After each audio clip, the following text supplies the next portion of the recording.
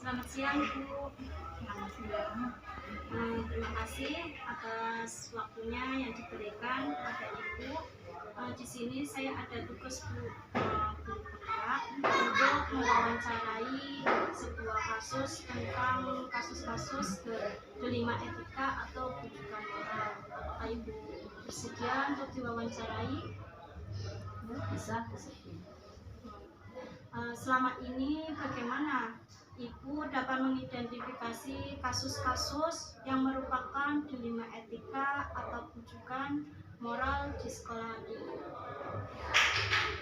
Selama ini dalam mengidentifikasikan kasus-kasus dilema etika yang ada di sekolah ini, kami dengan cara mengenali adanya nilai-nilai yang bertentangan dalam beretika sebagai seorang siswa. Kalau keseharian di sekolah itu memang terkadang ditemukan adanya kasus-kasus dilema etika. Sebagai contohnya ini di kelas 2 itu ada kasus individu dalam pembelajaran. Ini ada seorang anak itu kadang dia belum bisa mengikuti tata tertib di kelas. Saat pelajaran misalnya dalam menulis, membaca, dia malah tiduran, tidak mau mengikuti peraturan yang ada di sekolah itu. Jadi anak ini hanya belajar menurut kemauannya sendiri. Terus selama ini bagaimana Ibu menjalankan pengambilan keputusan di sekolah Ibu, terutama untuk kasus-kasus di mana ada dua kepentingan yang sama benar atau sama-sama mengandung nilai sebuah prinsip? Ya, dalam mengambil keputusan itu saya contohnya misalnya seperti tadi ya, saya mengambil anak tersebut itu lalu diajak bicara, menanyakan kenapa tidak mau belajar di kelas ya. Dan paradigma yang saya gunakan yaitu secara etika ya, itu rasa kasihan dan juga kepedulian guru kepada siswa tersebut yang kadang diperlukan untuk memegang teguh peraturan, akan tetapi kita kadang perlu membuat pengecualian, misalnya seperti anak yang keterbelakangan seperti itu ya, ini karena memang perlu perhatian khusus, artinya dia tidak sama dengan temannya itu. Jadi di situ perlu ada pengecualian ini. Jadi kita dalam mengambil keputusan yang kita ambil berdasarkan prinsip yang dilakukan, apa yang kita harapkan ini untuk orang lain dan diri kita, ini berbasis pada rasa peduli terhadap anak tersebut. Juga tadi yang harusnya sesuai peraturan ya, jadi dilemanya itu kita harus sesuai dengan peraturan, tapi juga di sisi lain kita menyimpang dari peraturan itu karena ada rasa peduli ya. Peduli memang pengecualian seperti anak yang keterbelakangan seperti tadi. Terus langkah-langkah atau prosedur seperti apa yang biasa Ibu lakukan selama ini dalam kasus tersebut? Ya, jadi langkah-langkah atau prosedur yang biasa kami tangani selama ini yaitu diantaranya yaitu pertama kita mengenali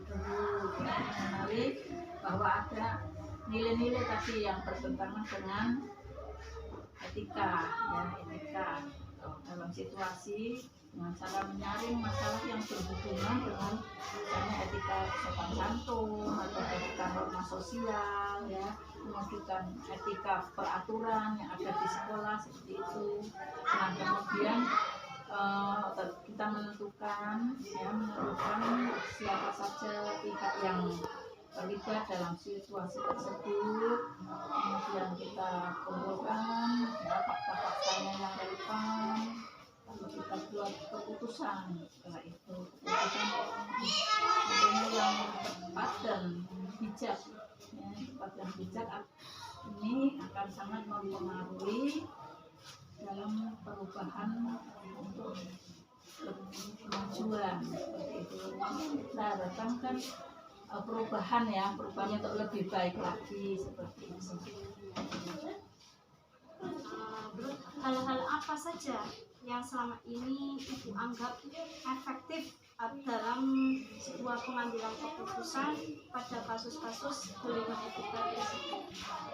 Kira-kira apa hal-hal yang efektif ya, yang efektif dalam mengambil keputusan tadi, yaitu satu, mengklasifikasikan dulu masalah, kemudian mendefinisikan masalah ini, dimana kita harus mengetahui masalah yang sebenarnya dengan memeriksa semua fakta-fakta tadi, ya, fakta-fakta yang ada, yang relevan, yang relevan, terus terbukti bahwa anak itu. Nah, jadi setelah itu mendefinisikan apa saja yang harus kita selesaikan itu.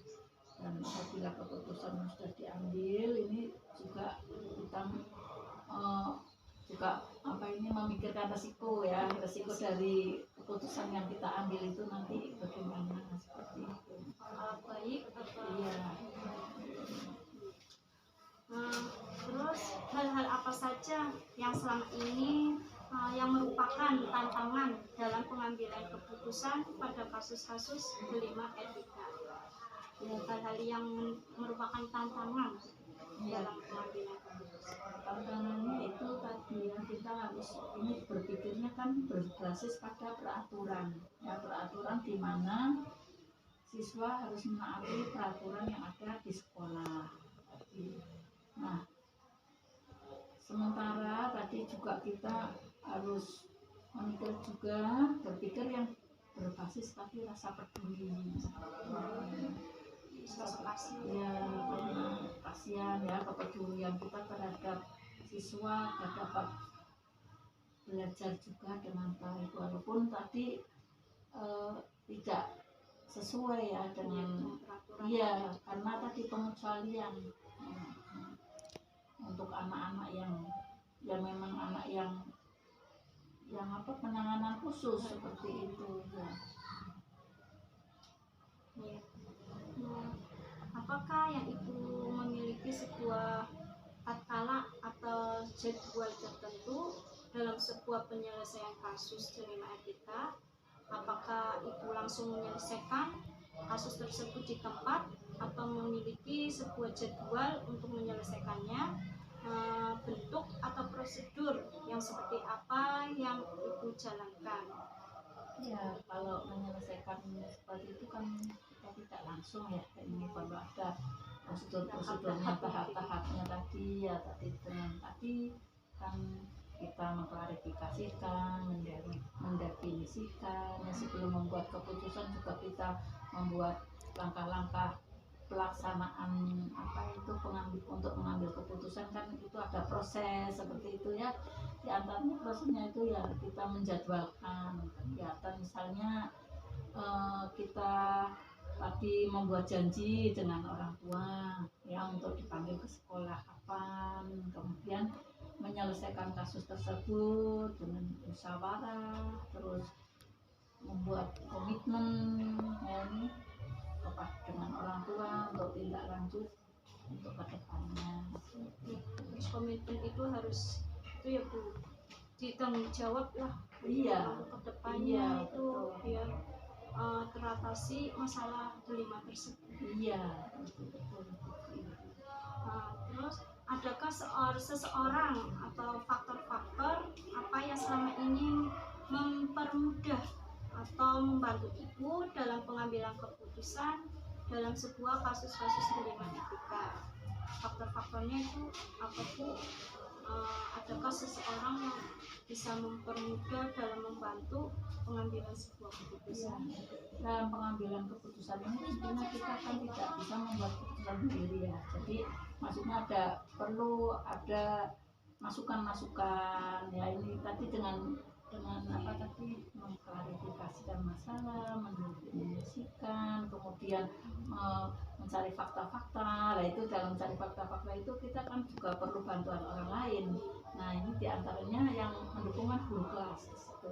Ya, nah, misalnya guru kelas, kemudian juga tidak menutup kemungkinan guru-guru yang lain juga bisa memberikan masukan-masukannya untuk tadi pengambilan keputusan. Dari semua hal itu yang telah disampaikan tadi, pembelajaran apa yang dapat Ibu petik dari pengalaman Ibu dalam mengambil sebuah keputusan di rumah? Ya, jadi begini, segala sesuatu permasalahan itu dapat kita selesaikan, yaitu dengan cara jalan musyawarah. Nah ini dengan catatan ini kita harus saling menghargai pendapat orang lain, juga mendengarkan ya pendapat orang lain dalam melaksanakan musyawarah tadi. Proses pengambilan keputusan itu sehingga dapat dipertanggungjawabkan dengan kompetensi, kesadaran diri, pengelolaan diri, kesadaran sosial ya, kemudian keterampilan yang berhubungan dengan sosial, sehingga akan mewujudkan di tuturi dan dalami dengan memberikan dorongan secara moral maupun materi agar semua warga sekolah itu, kecuali murid-muridnya. Ya Bu, terima kasih ya Bu atas waktu dan yang sudah Ibu berikan untuk memberikan jawaban dari wawancara ini. Terima kasih ya, sama-sama.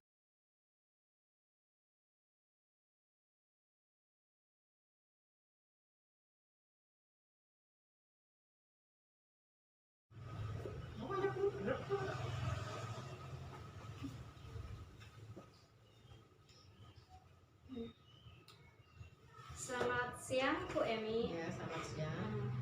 Bagaimana kabarnya Bu? Alhamdulillah sehat. Ini Bu, saya ada tugas guru penggerak untuk mewawancarai kepala sekolah. Harus 2 kepala sekolah yang saya wawancarai, terutama yang pertama kepala sekolah sendiri, SD-nya sendiri, dan kepala sekolah di lingkungan sekolah. Di sini saya menunjuk SD 02 Taman untuk saya wawancarai sebagai tugas saya guru penggerak.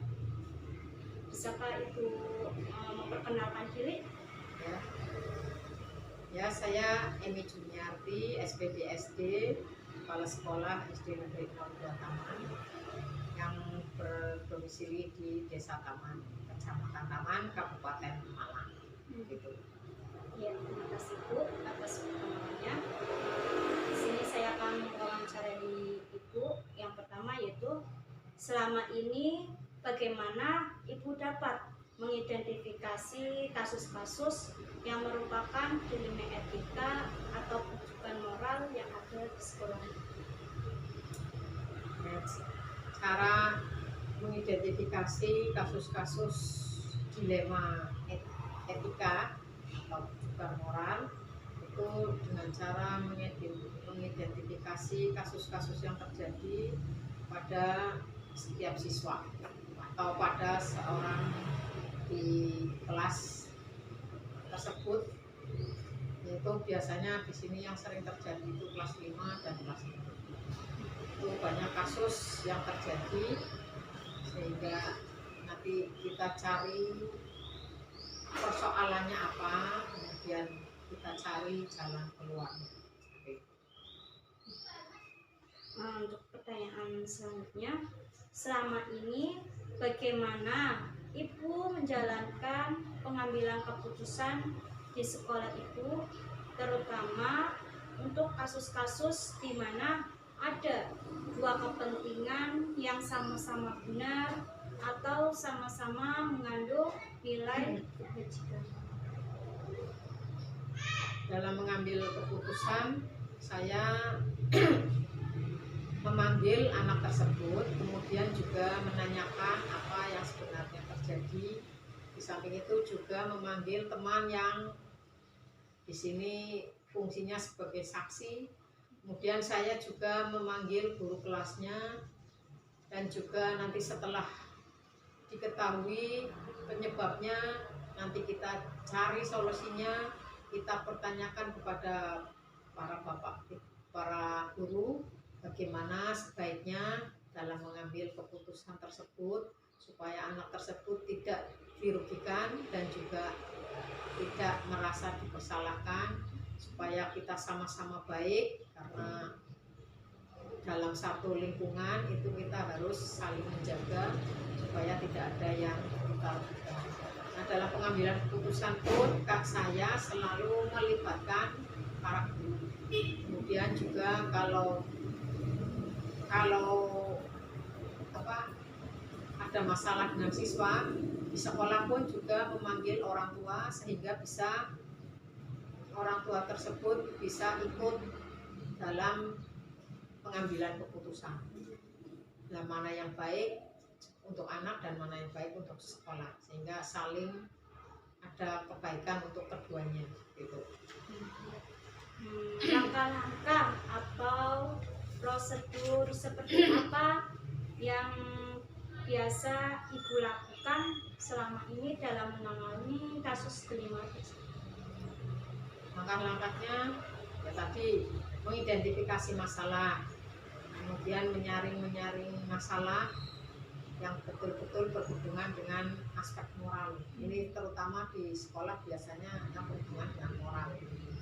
Kemudian menentukan siapa yang terlibat dalam kasus tersebut, dan juga mencari saksi yang bisa untuk menerangkan masalah tersebut. Kemudian mengumpulkan bukti-bukti atau fakta-fakta yang ada. Kemudian kita bisa menguji kebenaran tersebut dari saksi yang melihat atau ada yang tahu, itu nanti kita uji kebenaran tersebut, benar atau mana yang benar, mana yang salah. Kemudian kita baru melakukan investigasi atau melakukan pengambilan keputusan untuk mana yang baik, mana yang perlu kita putuskan, mana yang baik kita laksanakan. Kemudian baru pengambilan keputusan. Hal-hal apa yang selama ini Ibu anggap efektif dalam pengambilan keputusan pada kasus-kasus kelima etika?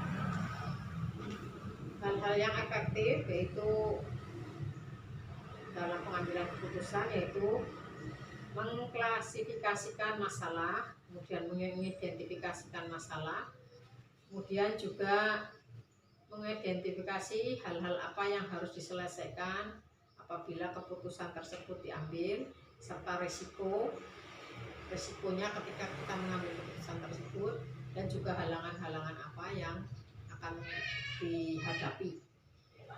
Berarti nanti semuanya itu dikembalikan pada sekolah, dan juga saya dimintakan kepada para guru. Terus, hal-hal apa saja yang selama ini merupakan tantangan dalam pengambilan keputusan pada kasus-kasus kelima etika yang ada sekarang? Tantangan apa yang dalam pengambilan keputusan itu? Tantangannya, sebenarnya tantangannya banyak ya, karena bisa masalah, sebenarnya masalah kebaikan dengan masalah keadilan, kemudian masalah masalah keadilan dengan kasihan. Kadang kita dituntut adil, tapi juga di sisi lain kita kasihan karena anak tersebut masih bersekolah dan masih butuh bimbingan dari guru. Di sini juga sebenarnya ada tantangan ini hati-hati dalam mengambil keputusan. Sebenarnya sebagai guru ya tadi kasihan kalau misalnya diberi sanksi, misalnya walaupun sanksinya memang ringan tapi kan itu merugikan anak. Tapi bagaimana lagi, harus dipertegas supaya anak tersebut tidak mengulangi kasus yang sama. Sehingga di sini juga merupakan tadi berarti kasih antara keadilan dan kasihan, kemudian juga antara kebenaran dan kesetiaan pada siswa-siswa tersebut. Seperti itu. Apakah Ibu memiliki sebuah tatkala atau jadwal tertentu dalam penyelesaian kasus dilema etika? Apakah Ibu langsung menyelesaikan di tempat atau memiliki sebuah jadwal untuk menyelesaikan masalah tersebut? Bentuk atau prosedur seperti apa yang Ibu jalankan? Dalam pengambilan keputusan itu ketika peristiwa itu terjadi, memang kita langsung diselesaikan. Nah, di sini diselesaikan sampai tuntas, sampai selesai. Tapi kemudian di samping menyelesaikan dengan siswa, kemudian kita membuat jadwal untuk mendatangkan orang tua siswa tersebut ke sekolah. Kita sampaikan masalah yang dihadapi anak, masalah kasus yang dihadapi anak, kita sampaikan pada orang tua supaya orang tua itu tahu perilaku anak di sekolah, apakah beda dengan perilaku di rumah. Kadang ada yang di rumah pendiam, tapi ternyata setelah di sekolahan dia nakal. Itu supaya orang tua itu tahu. Jadi di samping diselesaikan langsung pada saat terjadi, juga membuat jadwal untuk mempertemukan orang tua supaya ada informasi dari sekolah kepada orang tua. Ya. Adakah seseorang atau faktor-faktor apa yang selama ini mempermudah atau membantu Ibu dalam pengambilan keputusan dalam kasus-kasus dilema etika? Ya, dalam pengambilan keputusan dilema etika, saya selalu melibatkan guru-guru di sekolah ini. Terutama di sini juga ada guru yang senior yang bisa diajak sharing dalam pengambilan keputusan. Juga guru kelasnya atau guru yang lain juga kita mintai pendapatnya dalam pengambilan keputusan tersebut, supaya dalam pengambilan keputusan itu tidak mutlak hanya dari kepala sekolah, tapi juga ada masukan dari para guru sehingga bisa mengambil keputusan yang lebih baik. Dari semua hal yang telah Ibu sampaikan, pembelajaran apa yang dapat Ibu petik dari pengalaman Ibu dalam mengambil sebuah keputusan dilema etika? Ya, dalam ini berarti yang dapat saya petik itu segala permasalahan itu bisa diselesaikan dengan jalan baik, yaitu dengan musyawarah, kemudian juga dengan cara mempertimbangkan pendapat orang lain dalam pengambilan masalah, juga mendengarkan guru-guru senior atau guru-guru yang kompeten dalam mengatasi kasus, sehingga bisa menambah wawasan supaya dalam pengambilan keputusan itu lebih bijak. Terima kasih Bu atas waktunya yang sudah diberikan untuk saya wawancarai. Sebelumnya minta maaf kalau ada yang kurang enak untuk diucapkan. Ya, sama-sama